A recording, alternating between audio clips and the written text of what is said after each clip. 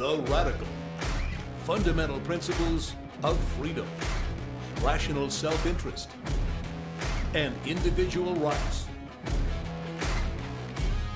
This is the Yaron Brook Show. All right, everybody, welcome to Yaron Brook Show on this Friday, September 5th. It is 11 p.m. here in Florence, Italy. I think this is the latest I've ever done a Yaron Brook Show. I don't know. It's close if it's not the latest. All right, we are going to jump into the news. I will remind you there'll be a show tomorrow, not Sunday. So switching it around, and there will be a show tomorrow. Not sure exactly what time yet. Probably around 2 o'clock in the afternoon Eastern time. And so there'll be a show then. Let's see. I don't understand this comment. All right, let's jump in with the news. Milei. Let's start with Milei. This weekend is going to be an important weekend for the Milei administration.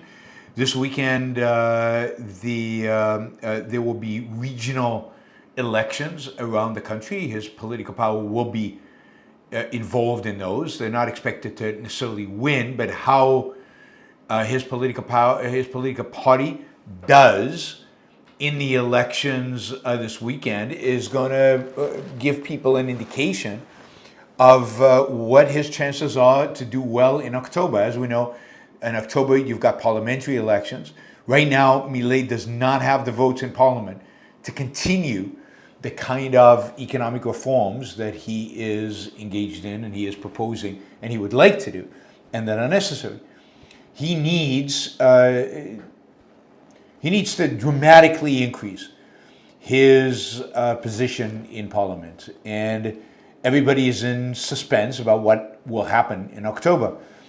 There is a lot of worry about this. The opposition is going all out against him, including now big allegations of fraud in his administration that relate to his chief of staff and to his sister, who is incredibly influential within the Milei administration.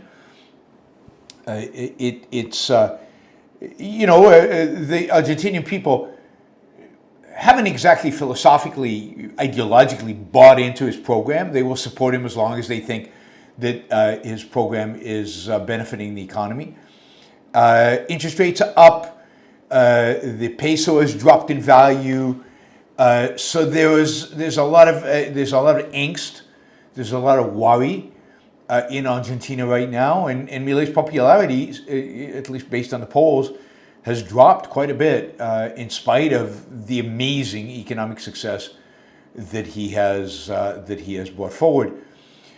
So it's going to be very suspenseful. It's going to be very suspenseful going into October when the parliamentary elections are posed. As a consequence of all this suspense and what can Milei do, and his fading, I guess, popularity right now, the stock market in Argentina has come down this year after going up 140% last year. 140.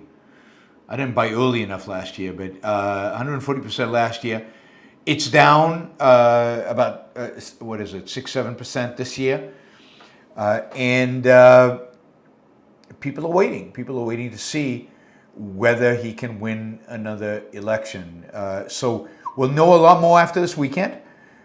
I mean, nothing's definitive, but we'll have a lot more information about the popularity of his political party and the potential popularity, his potential popularity going into this next election. It's crunch time. It's crunch time. U.S. financial institutions, Morgan Stanley, Citibank are pretty positive overall about Argentina. They're actually, Morgan Stanley is encouraging people to buy right now with the expectation that Milei will do well in the October midterm elections. But again, I don't think anybody knows, and we will know more on Monday. So I will update you then about how the elections in Argentina went. But, Milei is my favorite politician in the world right now. That's not hard given the quality of the competition. And I really, really, really hope he is successful. There's a real opportunity here to transform Argentina and as a consequence, Latin America and maybe the world. And I hope the Argentinian people let him play out, let him, manifest this program fully so that they can appreciate, that they can benefit from the freedom that will unleash. And the freedom, of course, will unleash significant economic growth. So Argentinians, pay attention to the success you've had so far, and don't throw it all down. Don't throw it all out and revert back to your Peronist, statist, interventionist history. Today we got a jobs report from the U.S. government. First jobs report we've received since Donald Trump fired the head of the U.S. Bureau of Labor Statistics. But, and this is a big but, this is important, the new head of the U.S. Bureau of Labor Statistics, the guy who will replace the fired woman, has not yet been approved by Congress. So he is not in position to give Trump the kind of numbers he would like. And as a consequence, what we got today, according to Lutnick and the administration, by complete manipulation of bad guys within the Bureau of Labor Statistics, she can't believe any of these numbers, of course. The U.S. added a very disappointing 22,000 jobs in August. That figure was a significantly below what it had added in the previous month, 79,000, and significant below expectations. The U.S. average, they look back again at the last few months, and over the last 3 months, or the 3 months ending in July, U.S. averaged about 28,000 jobs, as compared to 196,000 jobs on average per month in the previous 3 months. So the labor market is cracking up. This is a really, really, really weak labor market, which suggests a weak economy.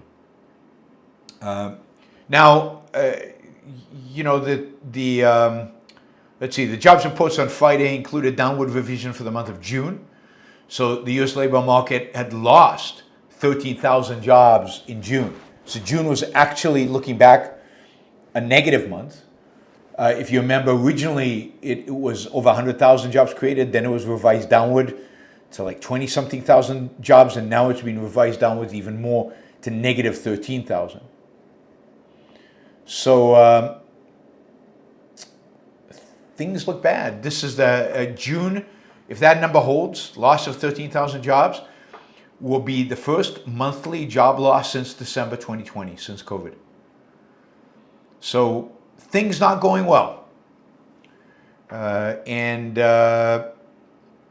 This will probably, and the markets seem to be responding in this way, probably drive the Fed to lower interest rates. This is probably an indication of the U.S. economy settling into a significant slowdown, potentially a recession. So you're seeing expectations, short-term rates going down. The rates will go down. Expectations are that long-term rates are coming down. The 30-year has gone from close to 4.5 to under 4.2. And the dollar has gone down a lot. People don't want to hold dollars. One of the advantages of holding dollars was the high interest rates. As interest rates are going down, people are selling their dollars and shifting into other currencies or other assets. And the stock market, on the other hand, is going up. And the stock market is going up for a simple reason, because as interest rates go down, I've told you this many times, asset prices go up. So the stock market being an asset goes up. Now, that might be short-sighted because in spite of interest rates going down, if interest rates are going down because we're heading towards a recession, the recession might outweigh the decline in interest rates in terms of their impact on stock prices, and this might be a short-term rally, although of course stocks are trading these days at all-time highs. It's interesting to look at the distribution of kind of the jobs. This job market is in real trouble. So if you look at the last 3 months, mining has lost 13,000 jobs, construction 10,000 jobs. Oh my God, I can't believe this number. Manufacturing, you remember all the jobs coming back? Wasn't that the effective tariffs we're going to have? All the jobs were going to come back? Well, it turns out over the last 3 months, manufacturing has lost 31,000 jobs. Information technologies, minus 15. Business professional, minus 51. Federal government, minus 34. Yay, that's a 1 job loss. I cheer. Finance, basically flat. No job gains over the last 3 months. Right now, the only sector that is dramatically increasing employment, the only sector where you see a big move. I mean, there are others like leisure and hospitality where creating a few jobs, and other services, transportation a little bit, warehousing, retail trade a little bit increase. But the one that's really big, which is driving all the job gains, really all the whatever positive job gains there are, is healthcare. Healthcare is where almost all the jobs are being created right now. It's not a good job market. You know, gold, as a consequence of the expectation of interest rates going down and the potential for inflation going up, and just generally weakness, the weakness of the dollar, the weakness of the currency, the weakness of the economy, all of those play into gold going up. Gold is again hitting all-time highs. It's just going up and up and up. Bitcoin was up today as well because the NASDAQ was up. Bitcoin is a high beta with the NASDAQ. They go up together. So Bitcoin was up as well. But gold is at record highs, and it's pretty amazing, the rally in gold over the last, year? Since the end of last year. Trump has been good for gold, really good for gold, since the election. All right, and finally, I just make this point. You know, don't like to gloat and everything, but still, why not? All those pseudo-economists who claim the tariffs will bring back manufacturing, the economists all said, including me, no, they won't bring back manufacturing. Indeed, they'll hurt jobs. They'll hurt consumers. They'll hurt the economy. Reality is 78,000 manufacturing jobs already lost this year. As I said, 31,000 just in the last 3 months. So now we'll see. It could get better. It's true. It's too early. Maybe economics, the science is all wrong. Maybe us economists are all wrong.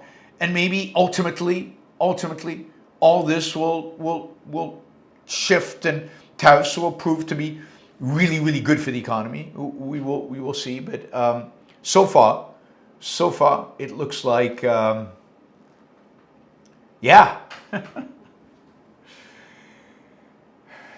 this is not good. Tariffs are not good.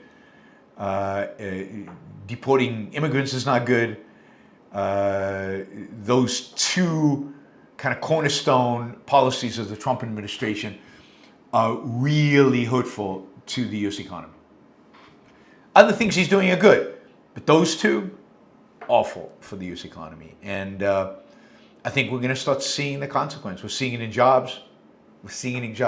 22,000 jobs per month is way below providing employment for people who are joining the job market. Now, some of this could be. Some of it could be that A lot of these, a lot of the job losses are because people are being kicked out of the country. And the lack of job gains is because Americans are not replacing them, as everybody said they would. I mean, we'll get to immigration in a little bit, but immigration, tariffs, not good for jobs. Number of people working is not growing, and that's not good. That's not good for economic growth, not good for economic prosperity. All right, one of the most, I don't know, shameful, ridiculous events I've ever seen, I think that's true, happened today at the White House. You can find it online. There's a big table. Donald Trump and his wife, Melania, are sitting at the table, and to Trump's right is Mark Zuckerberg. To Melania's left is Bill Gates. Across from Trump is Tim Cook and Sergey Brin, and the current Sam Altman is there. The current CEO of Google, whose name escapes me right now, is there. The current CEO of, one second, I'm going to get you these names. Oh, all right.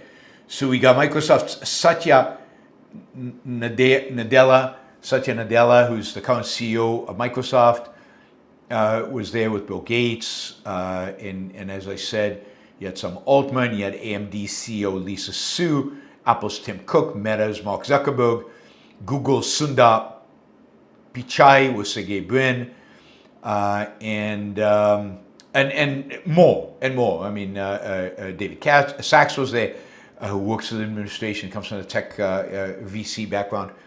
And anyway, you know, they were having a meeting, I guess, to celebrate. They'd had an event earlier in the Oval Office to talk about AI in education, which is a campaign thing that Melania is involved in.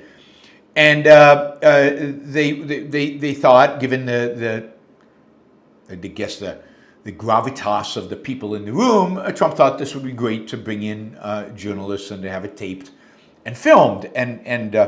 So once the cameras are rolling, Trump goes to each one of these CEOs and tell us a little bit about your company. And every one of the CEOs, every one of them, maybe with the exception of Bill Gates, but every one of them, no, Bill Gates says it too, they all either start or end with massive praise of Donald Trump.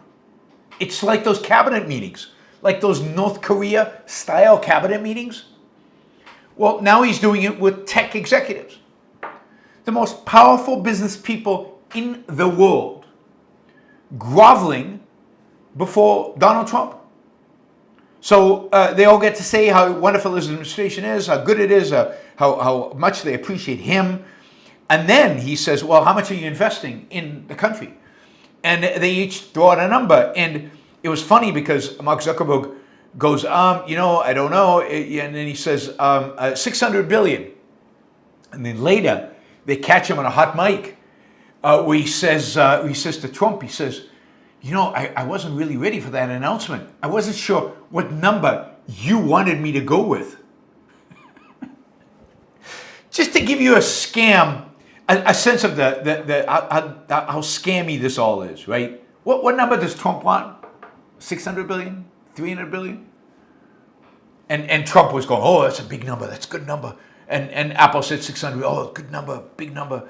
And, you know, and Google said, I don't know, 200 billion or whatever. They all multi-very high billions. And Trump said, I mean, it really was this taking these, I mean, these people who are often humiliated by Congress, and now they're put in this position.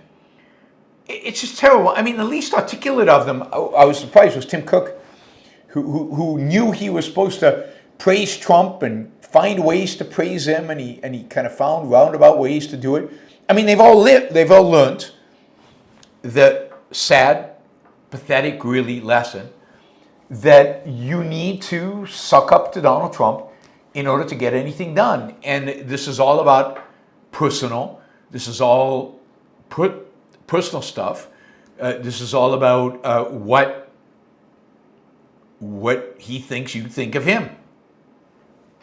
And you can watch the entire video. It's 24 minutes long, where they go around the table and everyone says nice things about Trump, and then it's just, I don't know.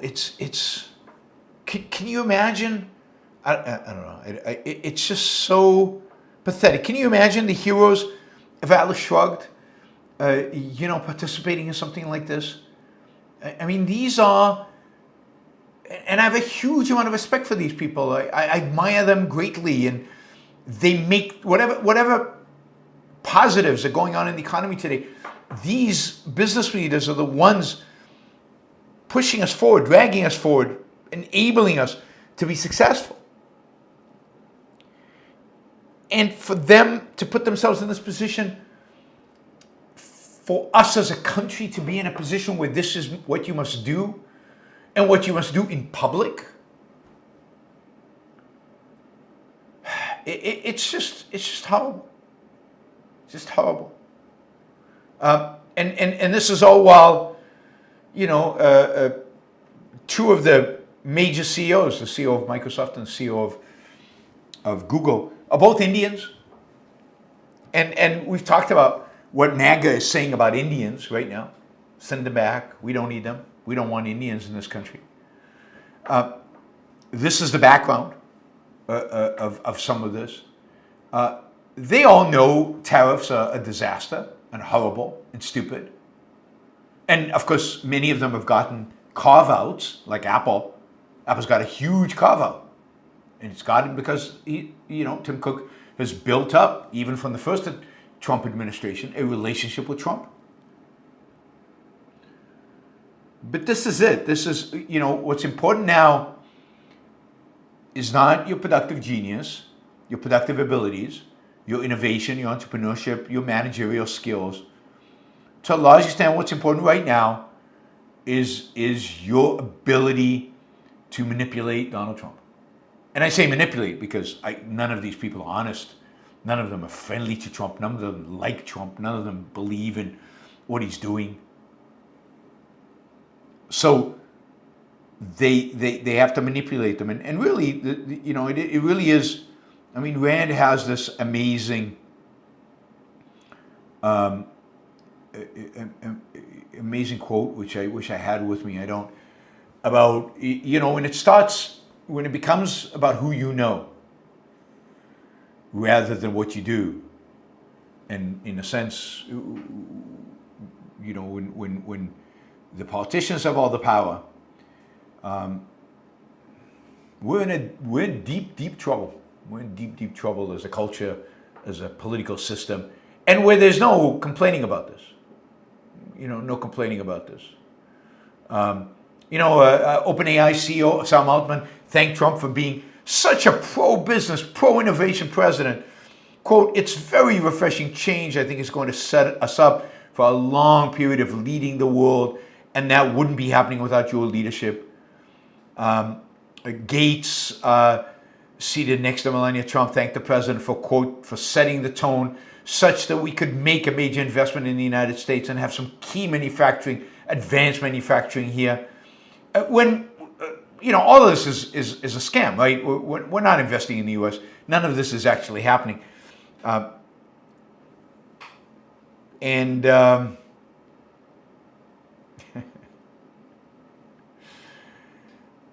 Yeah.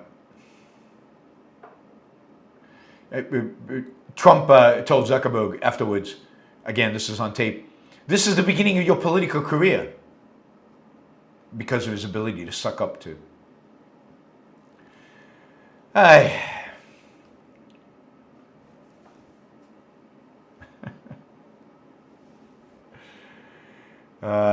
Let's see. Yeah, the one thing I'll say is Oracle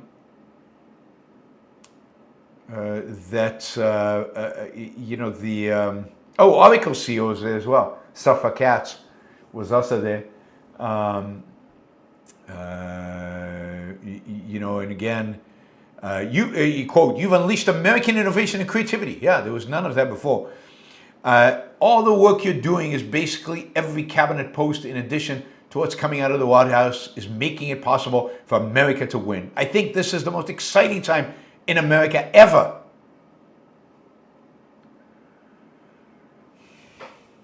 I don't know what to say. This is what we're down to. I will say this, that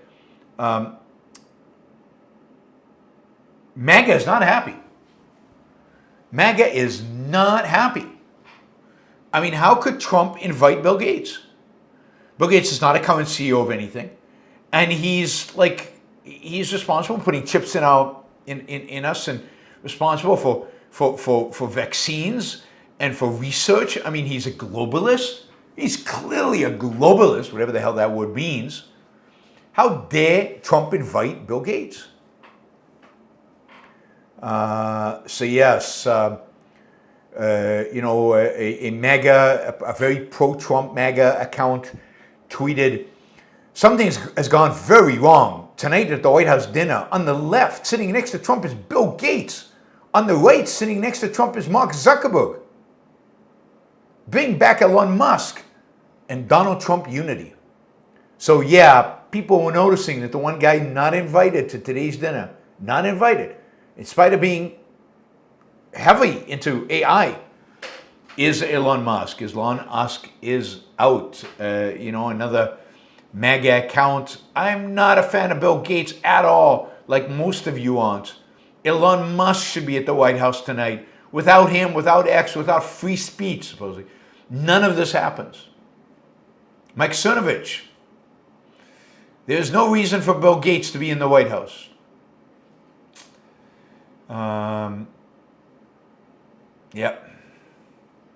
President, is another quote, President Trump needs tech advisors. Bill Gates and Mark Zuckerberg should not be anywhere near the White House. They both fund radical left groups opposed to MAGA and Trump policies. So MAGA's not happy, but they're never happy, right? They're never happy unless it's doom and gloom, and we're predicting disaster. They are not going to be happy. All right. If we're talking about Musk, then the amazing news today is that the board of directors of Tesla has asked the shareholders to approve a pay package for Musk. Now, this is a pay package that involves stock, the granting of stock to Elon Musk on the achievement of certain milestones. But this is an 8-year plan. It's an 8-year plan. And if Musk hits all the milestones over the 8 years, which would involve the stock of Tesla going up 8x over the next 8 years. So it's a lot. He would actually gain stock worth $1 trillion, yes? With a T, $1 trillion. You remember the courts ruled that his previous pay package, which paid him $50 billion also in stock, also based on milestones, threw that out. Well, now they really upped it. $1 trillion. If he reaches the milestones. The idea is that this is to keep him focused on Tesla, to prevent him from running away to Washington and doing his stuff.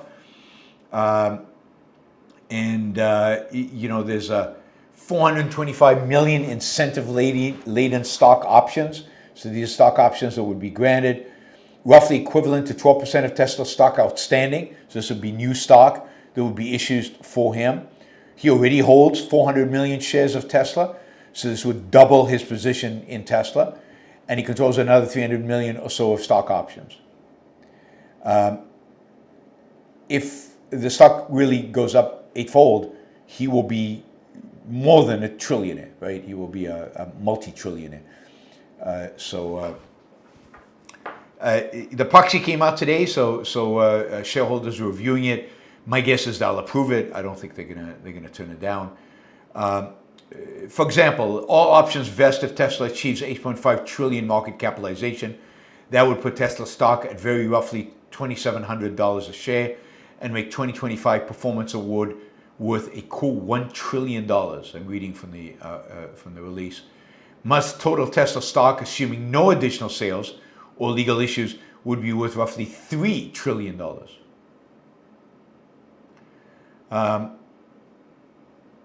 Anyway, we'll see. This is pretty amazing. Just to give you a sense of proportion, right? Apple, which doesn't pay its CEO anywhere close to that amount of money. Apple is expected to generate $137 billion in earning before interest, taxes, deduction, depreciation in 2025. So EBITDA of $137 billion. Tesla is expected to generate about $13 billion in 2025 EBITDA. So Apple is, you could argue, 10 times more profitable than Tesla. Tesla's brand is Musk, is buying into Musk's vision. It's buying into Tesla taking over the world, whether with cars, with information, or with robots, which they're building. It is not, none of this compensation, none of this Tesla valuation is basically built on the business as it's currently performing. I think that, some of the milestones were kind of interesting. They had milestones for how many Teslas. So, for example, one of the milestones is delivering 20 million Tesla vehicles or 1 million non-vehicle robots. Interesting that it's or 20 million Tesla vehicles or 1 million non-vehicle robots over the next decade. Tesla has sold to date 8 million vehicles, so that would mean over twice as many in the next 10 years. Other product goals include putting 1 million robo-taxis into service and reaching a 3-month average of 10 million subscribers for its full self-driving service. So these are big goals. This is good. They're ambitious. They're ambitious. Just to give you a sense of the scale of the market cap targets, the company described each as a multiple of another company's current market valuation. The first was 36 times General Motors, double Apple, or Nvidia. And again, I just described how much more profitable Apple is than Tesla. All right, filing also included, which is interesting, this proxy statement, the shareholder proposal for Tesla to invest in Musk's artificial intelligence startup xAI. Musk has repeatedly mobilized his business empire to boost xAI, with SpaceX agreeing in July to invest $2 billion in it. Tesla's board didn't offer a recommendation for how investors should vote.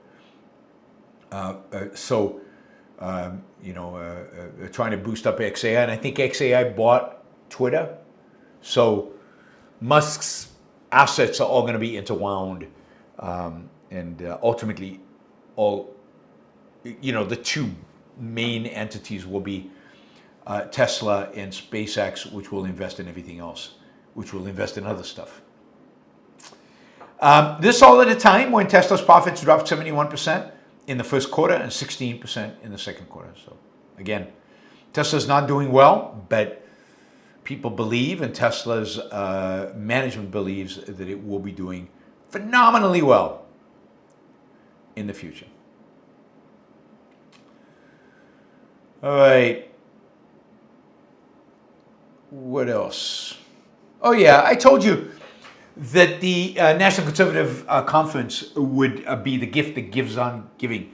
So today Josh Hawley spoke, the other senator from Missouri. We now have to watch two different senators from Missouri for their insanity, for their, nationalist insane views. This is a quote from Josh Hawley from his presentation at the National Conservative Movement Conference today, and this is what he says about AI. This is at about the same time the president is hosting this big dinner for all these CEOs, praising AI, determined to make the United States a leader in AI on a global scale, praising their investments in these massive server farms to AI server farms, where the administration is going all in on AI. This is what Josh Hawley has to say about AI. Not content with addicting our kids to their gizmos, our tech elites have turned with rabid enthusiasm to AI, hailing it as the greatest contribution to humanity, even claiming it will save the world. Of course, it will also make them unconditional sums of money, but only the most cautious articulate the real reason for the fervor. AI will reinvent human existence. AI is fulfilling transhumanists' goals. If it proceeds unchecked, the tech barons, already the most powerful people on the planet, this is why they're sucking up to Donald Trump, will be more powerful than ever. I mean, they're really afraid of this transhumanism stuff. They're really afraid of this idea of using tech and biotech ultimately to make human beings better, stronger, smarter, faster, better. It scares the bejesus out of these Christian conservatives. It goes against this idea that we're made in the image of God, and and we have to be, we can't play God. And if we play God, it's the end of the world. But isn't it amazing that the thinkers behind the National Conservative Movement, thinkers behind our nationalist shift politically, people like Josh Hawley, are really afraid of AI. And I'm sure Josh Hawley would love to regulate the hell out of AI. I wonder to what extent Josh Hawley and the vice president are aligned on this, because our VP was a venture capitalist once and is very friendly with the tech crowd and is very in with the group of people sitting around that table. I mean, JD Vance considers himself one of these tech people, and his sponsor, Peter Thiel. You could argue Peter Thiel is kind of interested in this transhumanism stuff, certainly in life extension, but in enhancing human beings. And indeed, Peter Thiel is just being hired to give a series of lectures on the Antichrist, on the coming of the Antichrist. And Peter Thiel believes that the Antichrist is a Luddite. The Antichrist is a hater of technology. The Antichrist is somebody who will scare people about technology and become an authoritarian, take control with an anti-technology message. And then use technology, of course, to oversee all of us and to govern and rule over all of us. But Hawley doesn't like AI, but what he doesn't like more than that is the tech businessman. He doesn't like businessmen. He doesn't like profit. And he certainly doesn't like transhumanism. I mean, it's one of the things that they hate so much about trans movement. I mean, look, there's a lot not to like about the trans movement.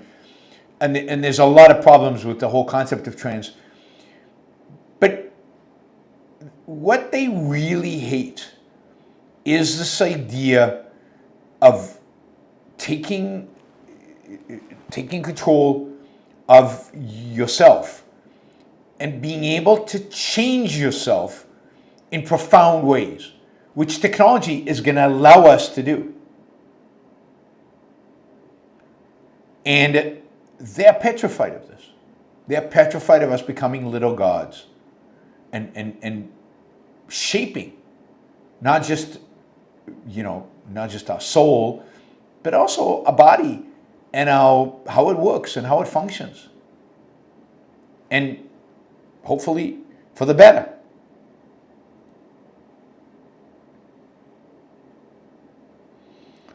So, yep.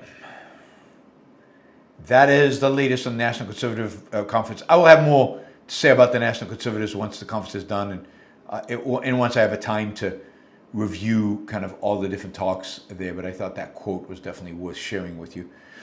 Talk about immigration. The ICE had its biggest raid today. Biggest raid on an employer that it's done so far. And this was a raid done in Georgia. In the South, in Georgia, and they raided, that unproductive,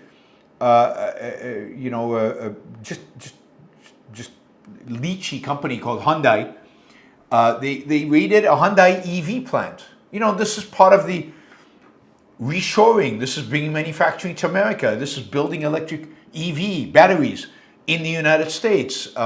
This is a factory that's a joint venture between Hyundai and LG, the two big Korean conglomerates, and it is building batteries. Batteries built in America, which was the goal of the Biden administration and now the goal of the Trump administration. But we shouldn't let them build if they're building it with undocumented illegal immigrants. So on yesterday, ICE arrested 475 people. 475 people.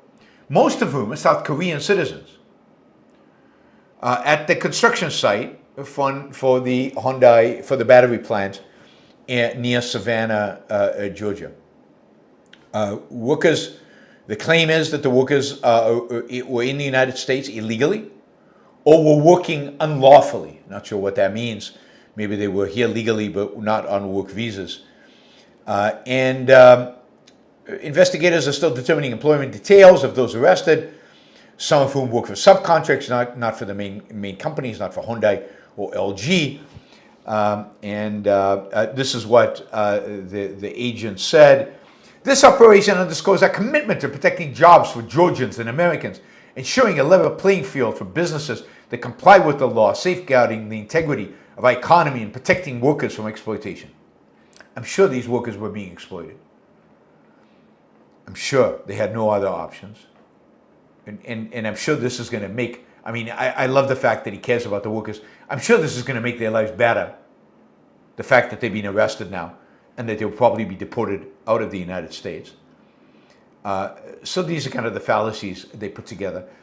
And I'm convinced 100% that Hyundai and LG will not have any problem at all finding Americans to do the work that needs to be done so that they can build a plant and manufactures batteries in the United States in a cost-effective way. I'm sure that's the case. A lot of Georgians would love to go and do the work that these Korean illegal immigrants were doing. Note who we're going after. We're going after people who are working. People who are working for a living. Producing, creating, building. An economy with very low unemployment so far, things might change soon. So far, very low unemployment. And we have people who come to this country to work, to produce, to create, and who are being employed by companies that are building in America, exactly what Donald Trump wants, foreign countries to build in America, and they're building in America. But in order to build in America, they're using workers who are good at it, maybe cost effective. And what we're going to do is arrest them all and send them back. South Korea's worried for its citizens. It has confirmed that South Korean citizens were among those in custodies. This was a big operation because there were a lot of people to arrest. Included Department of Homeland Security, Immigration and Customs, ICE, and the FBI. And it also included the Atlanta Division of the Bureau of Alcohol, Tobacco, Firearms, and Explosives. Just an amazing operation of all these departments protecting your life, protecting you from I don't know, from what? From terrorists? From your rights being violated? How are these hardworking South Koreans violating anybody's rights? But oh wait, immigration operation has brought the construction to a halt at the battery plant, and the companies responsible for building it are cooperating with authorities. The South Koreans are, sending somebody to review, I guess, the treatment of the South Korean that are being held. This is what your tax money is being spent on. And this is how your rights are being protected by the Trump administration. I'm sure you go to bed every night feeling really good about it. Talk about protecting rights. The Trump administration is ratcheting up its threats on the cartels and on Venezuela and on the drug smuggling into the United States through the Southern Caribbean. Indeed, the Department of Defense has now deployed 10 F-35 Lightning IIs to an airfield in Puerto Rico, my home state, to combat the cartels. We've now got, let me just do this before I lose my audio. Let me just switch mics before that happens. Let me just turn this one on. Take this one off. All right.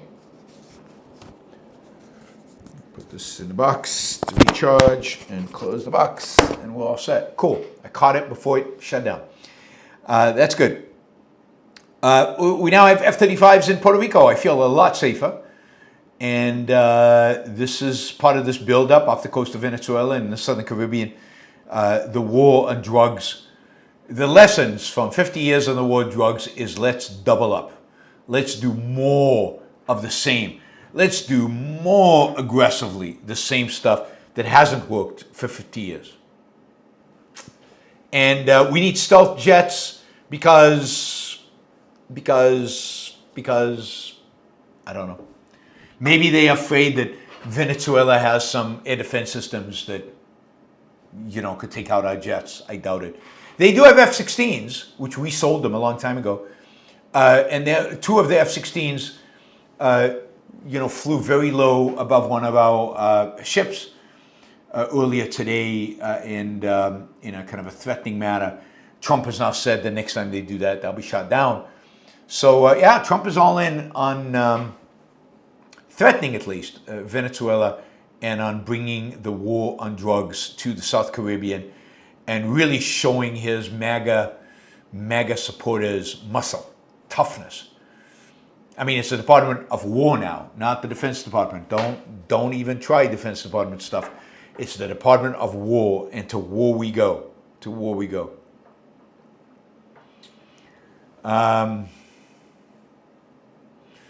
They are now going to use overwhelming force against narco-terrorists. Let's see how that works.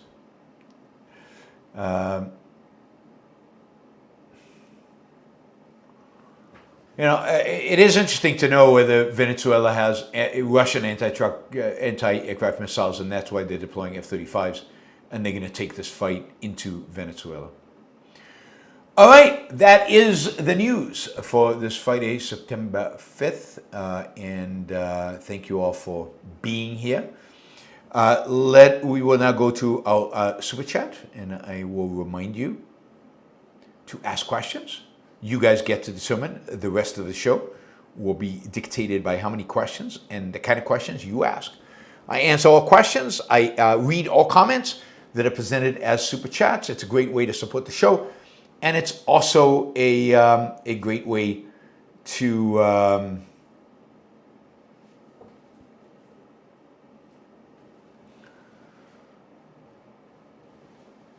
ask a question, participate.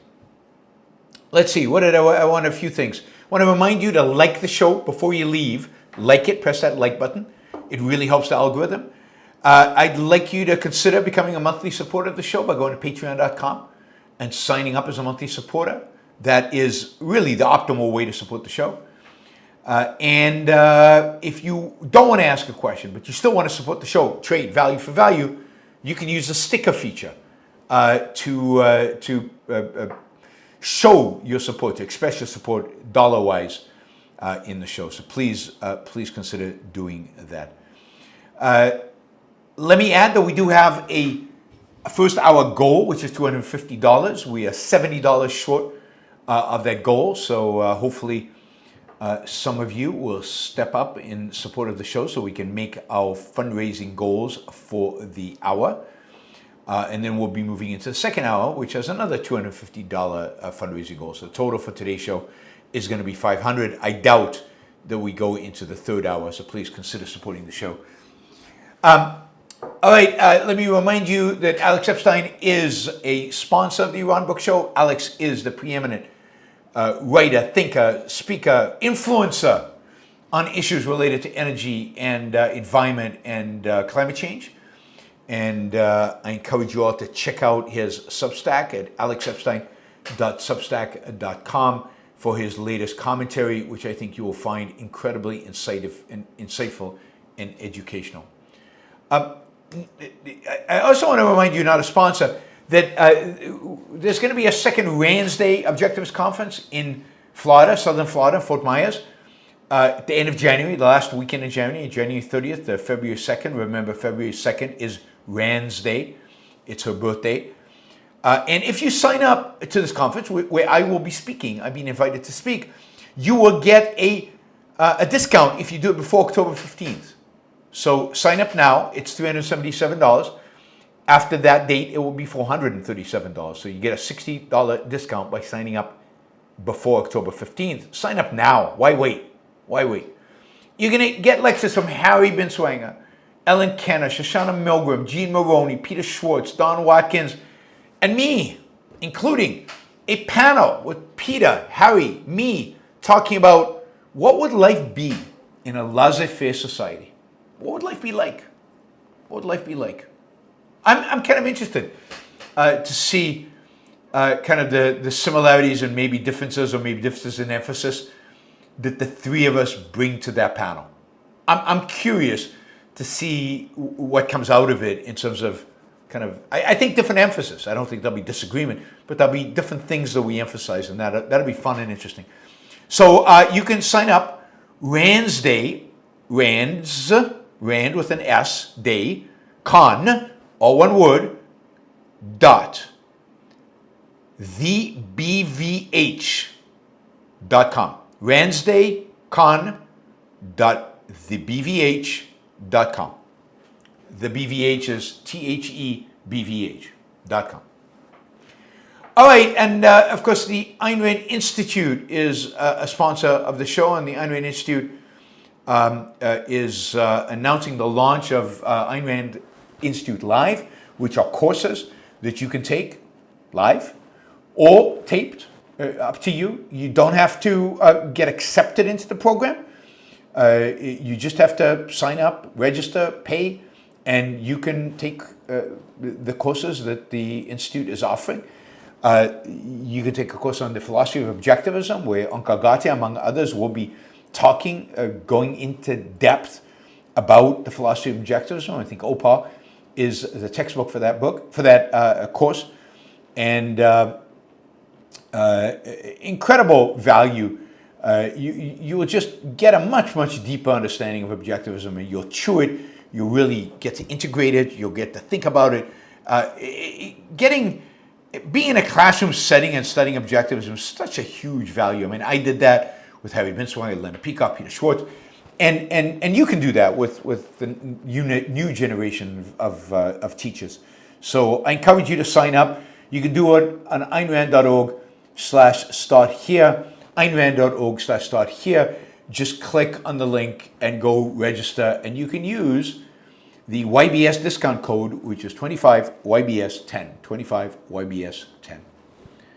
And finally, Hendershot Wealth, Hendershot with 2 T's, Hendershot Wealth, all one word, .com/YBS. hendershotwealth.com/YBS for products. Pretty amazing products in my view, as a finance guy, as a finance professor, that can really save you a lot of money on capital gains taxes. And I'm all for saving money on taxes. By deferring it, but mainly by deferring it, but the defer makes a big difference. Makes a big difference. So if you're about to sell a bunch of stock that's highly appreciated, or intend to sell a business sometime soon, or Bitcoin, or anything like that, and you're going to have a big, hefty tax bill, talk to these guys. You can check out the interview I did with Robert on my YouTube channel under sponsors. I interview Robert about this product. I think even if this is not relevant for you, I think you'll find the interview interesting and educational. All right, I think we've done that. I encourage you again to ask questions. We did well, but we're still like $42 short of our $250 goal. And we are 4 minutes. 4 minutes to target. 4 minutes to the first hour being over. 4 minutes to midnight here in Florence. All right, let's jump in with our super chats. We've got Michael starting us off with $50. Thank you, Michael.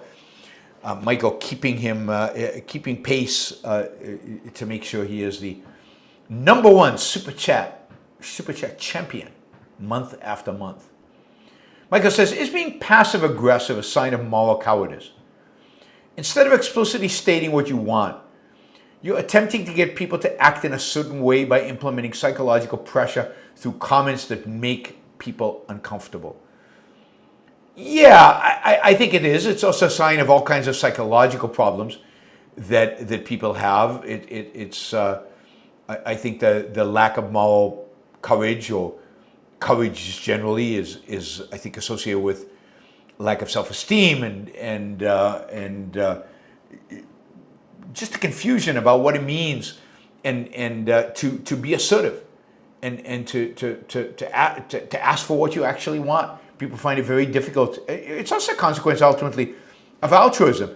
Again, altruism teaches us not to be selfish, not to be self-interested. Part of being self-interested is to tell people what you expect, what you want. And that screws us up psychologically. We have this moral claim that says, don't push for what you want. Don't ask for what you want. Don't be clear about what you want. That's selfish. You don't want to look selfish. You don't want to be selfish. On the other hand, you want to get the stuff done. You want the stuff that you want. So you oppress your altruism, but you can't actually be self-interested in saying it. So you act passive-aggressively in the hope that you get what you want. So altruism is the cause of so many of these psychological issues. It's the cause of so much, and it's definitely a cause of this kind of cowardice, this kind of hedging, and this kind of passive-aggressive behavior. So Andrew says it's a defensive mentality. It's defensive in the sense that it's again, that you're not actually going on the offense, actually saying what you think. It's protective. I didn't say that. I didn't act selfishly. I didn't do it. And yet you're doing something really bad, which is being passive aggressive. Driven by, ultimately I think so much of this is driven by the extent to which altruism is inculcated into our thinking from a very young age. All right, let me thank some stickers. Gail, thank you. John, thank you. Geoffrey, thank you. Roland, thank you. We need more, guys. $34 more in the next minute. Unlikely. All right, let's see. Any other stickers? Any other stickers? No more stickers. Okay, I thanked all the sticker people. Thank you guys for that. If you can support us now, that would be great. If we can get that number up, that would be fantastic. All right, Vikram says, I'm planning my first ever trip to South America. Which cities are must do? When I talk about Rio, friends give dire warnings on security. If it's so bad that I should stay away from Rio on my trip, note I'm 61 and South America is a very long way from home. No, Rio's not that bad. It's bad. I mean, you have to be careful. You have to have open eyes. You have to keep your wallets in your front pocket. You don't want to be waving around your iPhone in your hand. Some motorcyclist will grab it from you. You wanna just do, your backpack should be in the front, not in the back. You just want to do kind of basic protective things that a lot of people do anyway in big cities, but in Rio you want to do in spades. Certainly you do not want to walk into the favelas, but you'll know where they are. They're easily found. They're easily there, although they're very close. They're easily there. And you certainly don't want to go there at night. You might not want to go there during the day. You don't want to go there during the day. You just don't want to go into the favelas unless you have a guide. I've done that, taken a guide and gone in. But no, you cannot miss Rio. It is the most beautiful city in the world, and you just can't miss that. You can't miss the geographic. Now you have to come, you have to hire a driver, don't rent a car. Hire a driver, they're not expensive. And they're driver guides, hire a driver guides, and they will take you to all the, and tell them, I want to see all the sites, the best views in Rio. And they will take you. And you've got to just spend a day doing that. Spend a couple of days, 3 days in Rio. So Rio's a must, I think. It's a must. I think it's the only city in Brazil that's a must for tourists. I mean, I think being in Buenos Aires right now is super interesting. Santiago in Chile is a beautiful city and an interesting place. So I'd say those are the three cities. Santiago is the safest, although that's changing. More and more gang activity in Chile, unfortunately. Buenos Aires is very safe. But again, it's considered a safe city, but somebody I know had the iPhone just snatched out of their hand in the middle of the street, and the guy jumped on a motorcycle and was gone. So, you just have to be careful. But yeah, I don't see any problem going to Rio. And Rio is such a magnificent place, I would definitely go. So Rio, Buenos Aires, Santiago would be a great three places. Now, if you want to travel around, there's lots to see. There's Iguazu Falls, where you can see from Brazil or from Argentina. There is the what do you call it? Patagonia, which you can the Patagonia, which is the south of Argentina, but also the south of Chile, and magnificent mountains and beautiful, beautiful scenery. There's Bariloche in Argentina, which is an area of lakes and again beautiful scenery. You go to Mendoza, which is wine country in Argentina. And you could go to Amazon, which is a pretty amazing to experience. You could go walk on the glacier in Calafate. Calafate is the place you fly into, so there's the glacier you can walk onto. Again, that's in Argentina.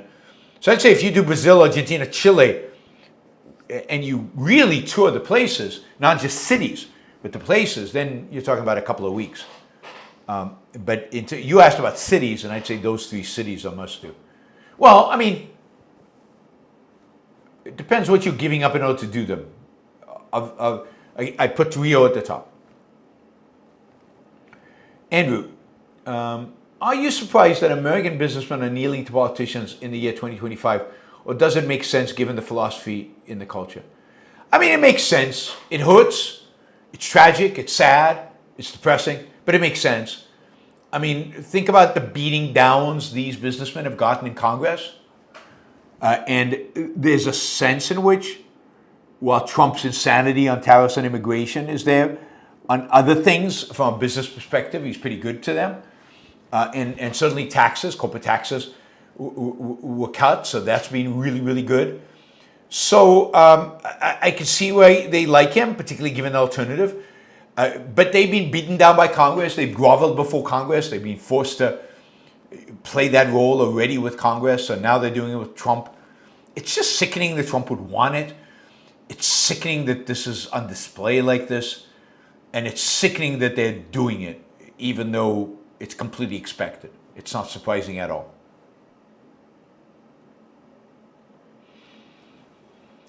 Andrew says, your comments about intensification of the drug war sparked this question. Why does the violating of a right beget further violations of rights? Why does the violating of a right beget further violation of rights? I think mainly because once you've violated the principle, then the principle is gone. It doesn't mean anything. So why not violate more rights? So, once I violated your property rights, why would I uphold your right to free speech? And if I violate your property rights in one realm, I don't know, years ago we thought it was unbelievable. I mean, there was an outcry against Obama, in a sense, taking a position in the American government, taking a position in General Motors.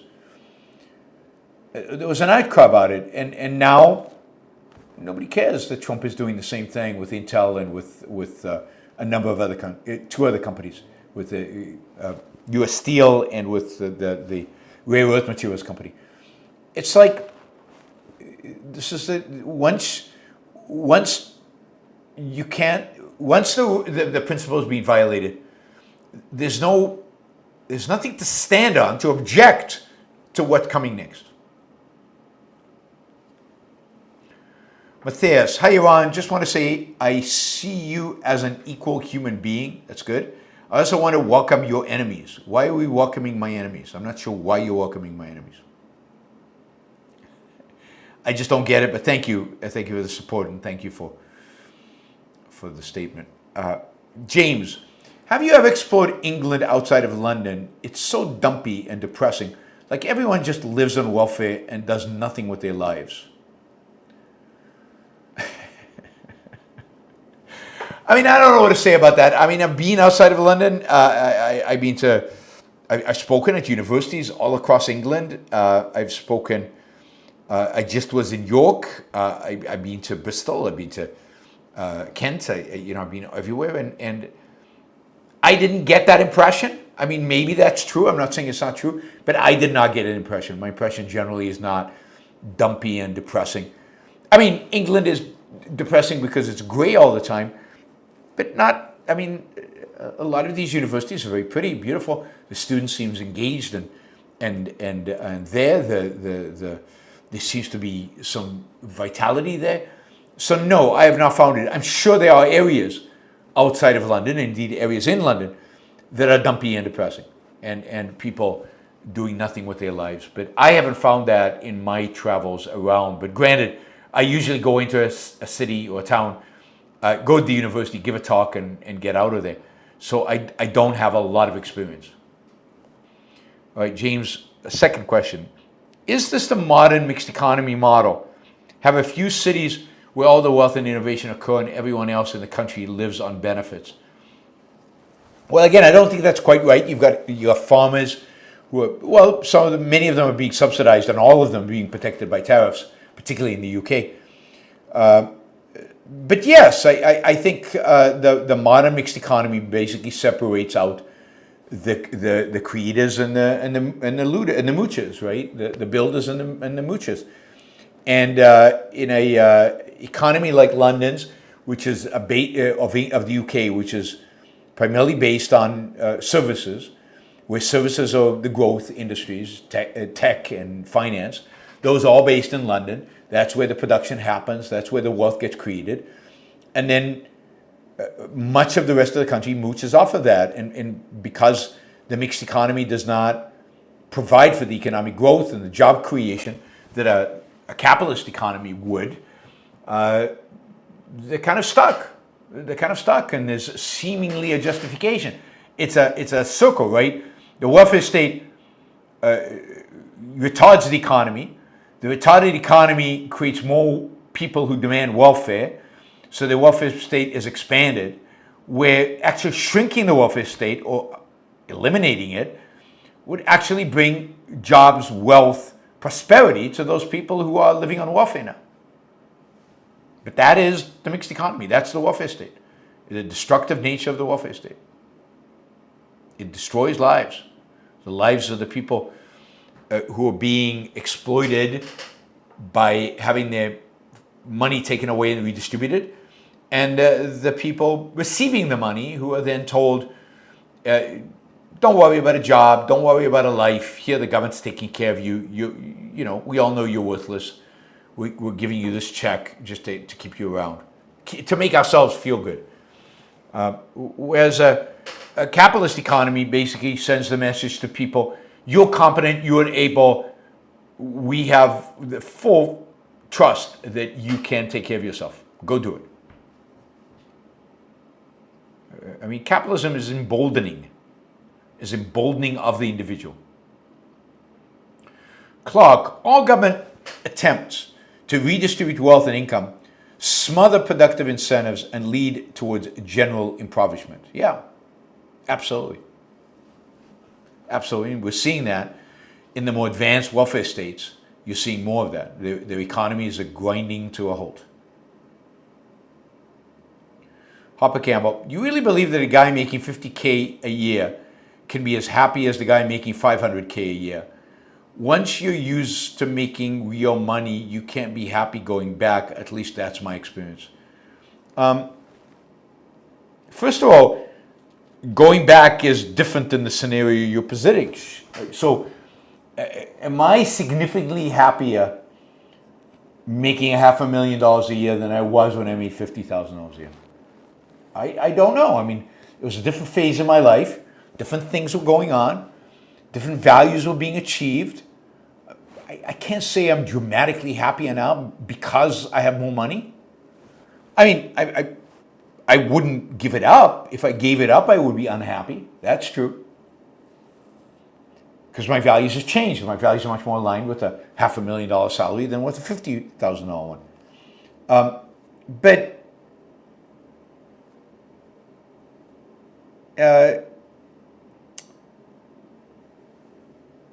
I don't think, I know a lot of people making $500,000 who are unhappy. And I know people who make $50,000 who are happy. So the money is not what's going to make you happy. But look, there's no question, having more money, you know, enhances your happiness, but it's not a prerequisite for happiness.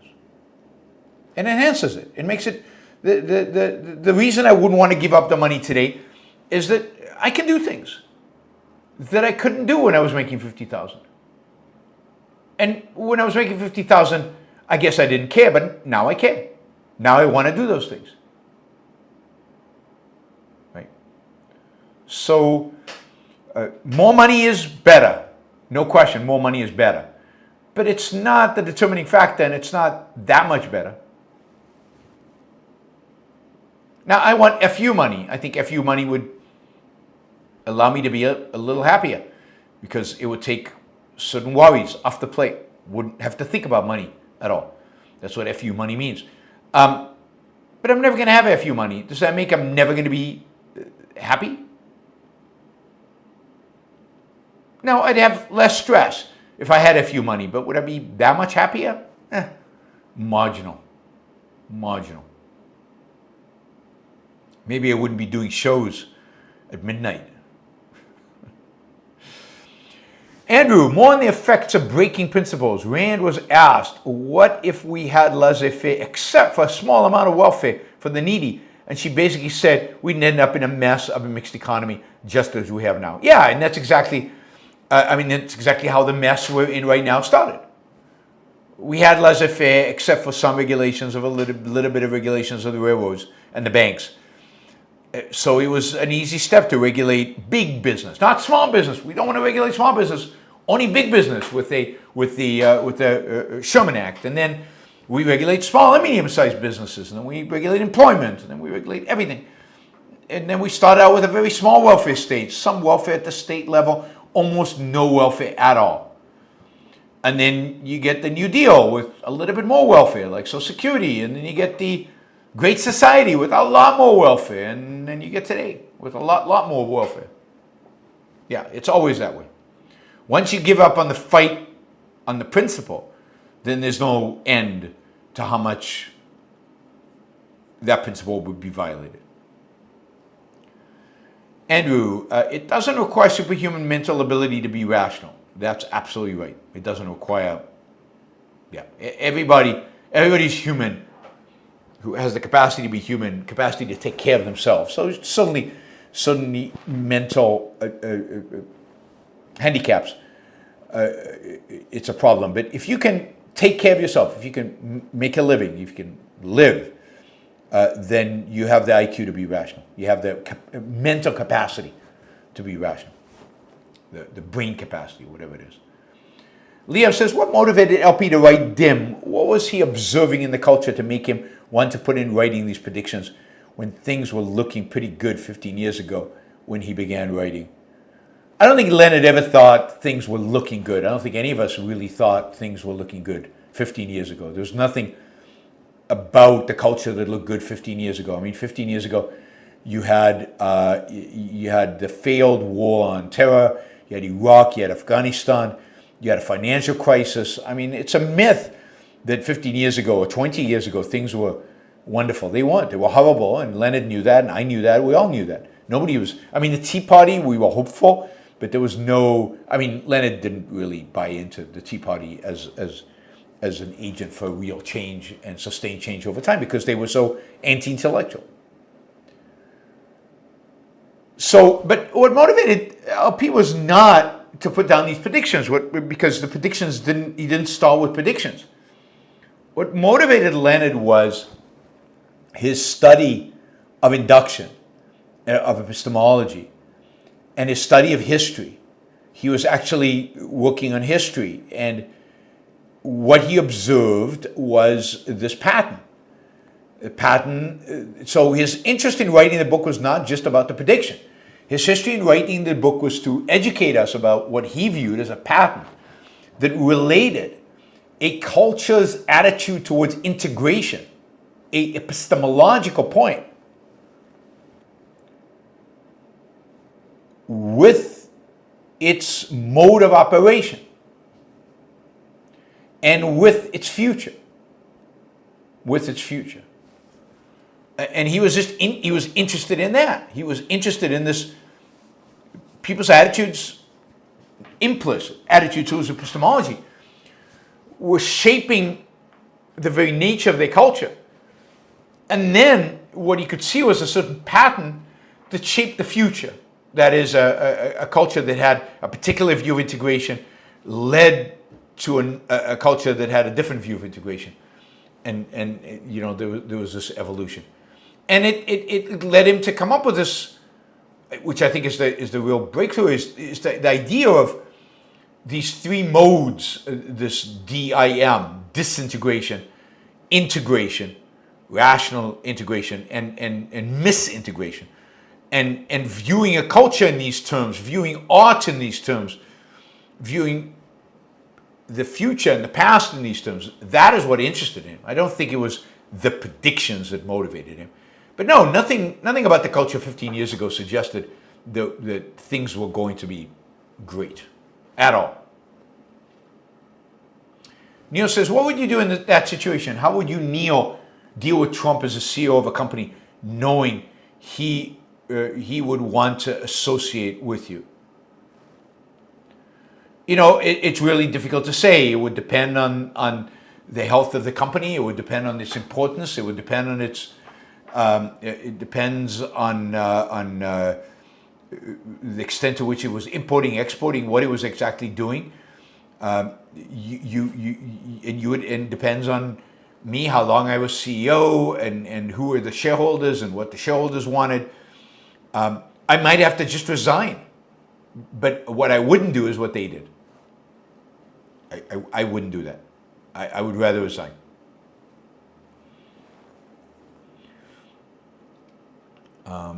Hopper Campbell, could AI produce a movie or documentary about objectivism? Sure, but who would watch it? I mean, I've been involved in several documentaries. There was a documentary years ago about Atlas Shrugged, which was pretty good. There's a documentary basically around my work on finance, about the financial crisis and about why everybody hates financiers. And it was a good documentary with some really valuable content. Nobody ever saw it. I don't see, I don't see, the story is really how do you get something seen and not made? And then you need the skill and the talent to make. There was a documentary that was nominated for a Oscar on Ayn Rand. But again, not many people saw it. So it's always under consideration. I don't know what a movie about objectivism is. A documentary I get, I don't know what a movie would be. Matthias, my earlier comment was about Coldplay singer who welcomed Palestinians in the crowd after Israeli fans he invited on stage were booed. Okay, so he welcomed the enemies. I see. Okay. Andrew, this makes a Christian altruistic society very uncomfortable. But isn't the truth that sometimes the strong has to use force against the weak if it's in retaliation to aggression? Yes, I mean, but look, the state is always strong. The weak, the criminal is always weak. And we use force against criminals all the time. So it's not that much of a reach in a sense that the whole criminal justice system is based on that. The criminal is weak. The state is strong, has money, resources, has weapons. But that's the only way to enforce justice. Sometimes is to use strength in order to take out evil. Andrew, a note to Hegel. If one needs to know everything in order to know something, then one knows nothing. Yes, that's right. We know nothing because we cannot know everything. Marius, is there any hope left for Taiwan? Do you think the world is ready to have TSMC in the hands of CCCP? I don't. I don't know. I think the hope for Taiwan is that Taiwan can defend itself. And maybe it has allies who will come to its support. But I do think there's hope for Taiwan. Also, the fact that China, in spite of everything, is fairly weak. It's got this massive army with sophisticated weapons, but we don't know that those weapons will work. We don't know that they can pull off an invasion of Taiwan. They've got numbers, but will they be willing to pay the cost? The economic cost, the sanctions cost, the potential of dragging the United States in. China might just leave Taiwan alone. And I think there's a good chance that over the next 5 years, we will not see a Chinese invasion of Taiwan. And who knows what happens after that. Esoteric economy. Aside from health and family issues, I have trouble understanding unhappy wealthy people. Is it values related, lack of goals to use the money? Yeah, it's all values related. Happiness is all about values. It's not about family. It's not even about health ultimately. You can be unhealthy and happy. Happiness is all about values. It's about the pursuit and achievement of pro-life values. And a lot of people who are very wealthy don't know what to do with their money. They don't have any values anymore. Their value was getting the money, or their values was starting a company. They started it, they sold it, they made $1 billion. Now what? They don't know what to do with it. Happiness does not come from spending money. It does not come from buying yachts. It does not come from $200 million weddings. It does not come from having money. It comes from the pursuit of values. And you can still do that if you're a billionaire. You start a space company, for example. Start a new company. Learn how to sing. I don't know. Find values. Pursue values. But some people don't know what to do with themselves. They lose interest in the world. They become playboys. They become pure materialists. And they can't be happy. Okay. So it's not about money.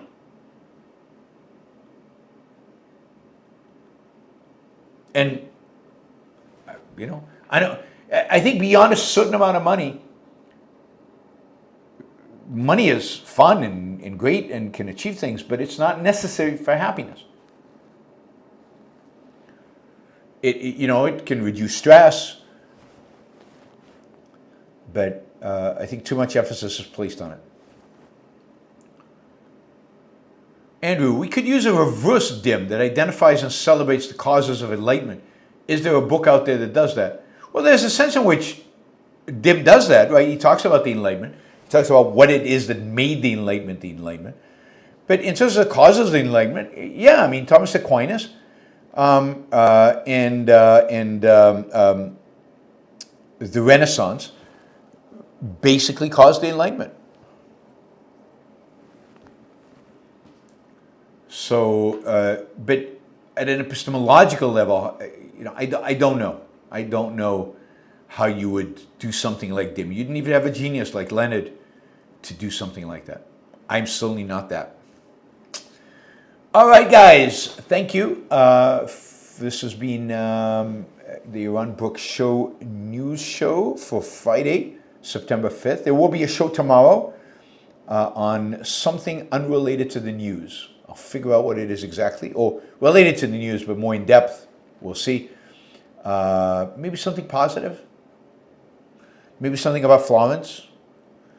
I will let you know. Thank you all for being with us, and I will see you tomorrow, and if not, on Monday.